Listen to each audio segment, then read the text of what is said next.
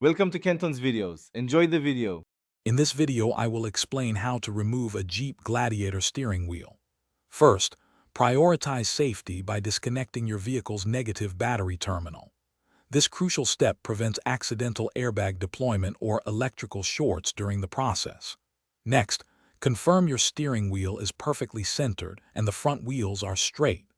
Finally, collect your tools, including a T30 Torx bit, a small flathead screwdriver, and a steering wheel puller to ensure a smooth removal. Now let's move to the airbag. Locate the two small plastic covers on either side of the steering wheel and carefully pry them off. Behind these covers, you'll find two T30 Torx bolts. Use your Torx bit to remove these bolts, which secure the airbag module. Once the bolts are out, gently pull the airbag forward and disconnect its electrical connectors and the horn wire. Remember to handle the airbag with care.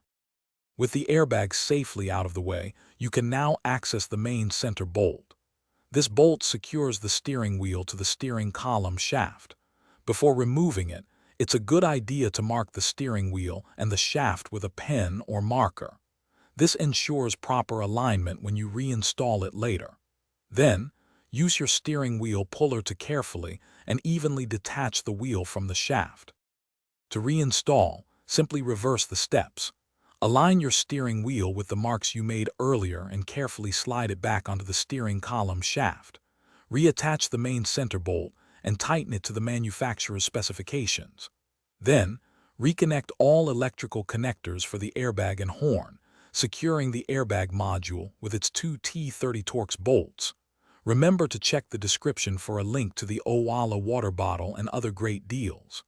Finally, reconnect your negative battery terminal and test all steering wheel functions before driving. Thanks for watching. Consider subscribing if we helped you.